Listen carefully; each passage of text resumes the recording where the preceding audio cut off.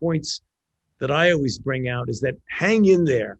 It's going to end, and a vaccine is going to be extremely helpful to us. And it is right around the corner.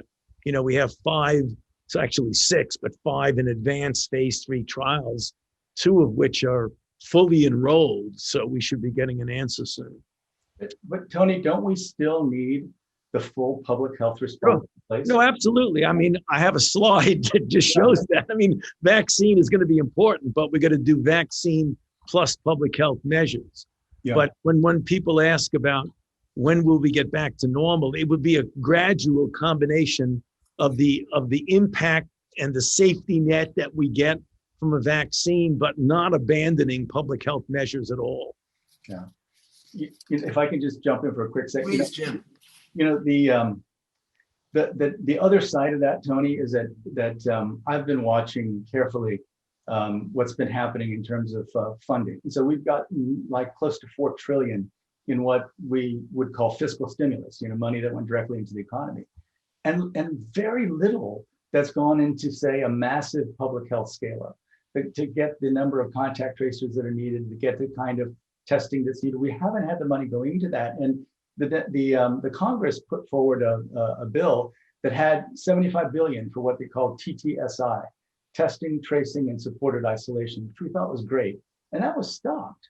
And so I went to business leaders and I said, it's crazy that we're trying to deal with fiscal and monetary measures, what is essentially a public health problem. What we need is a massive scale up in the public health capacity, because even if we get a vaccine, and let's say it's, as you said, Tony, 70% effective and 50% of the people take it. Well, we're not at herd immunity with that level. And so you still need to chase down every single outbreak.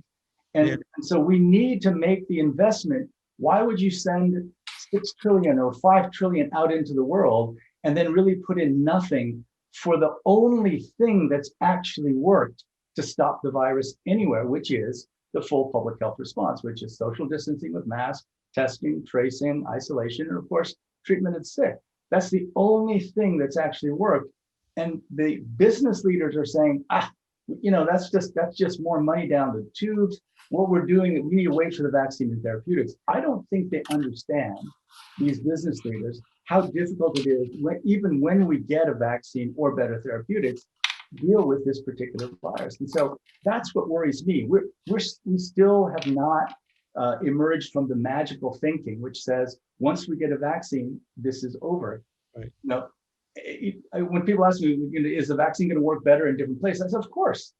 China, they just had their holidays. There were people crowded on top of the Great Wall, and there are about 200 cases in Xinjiang mostly.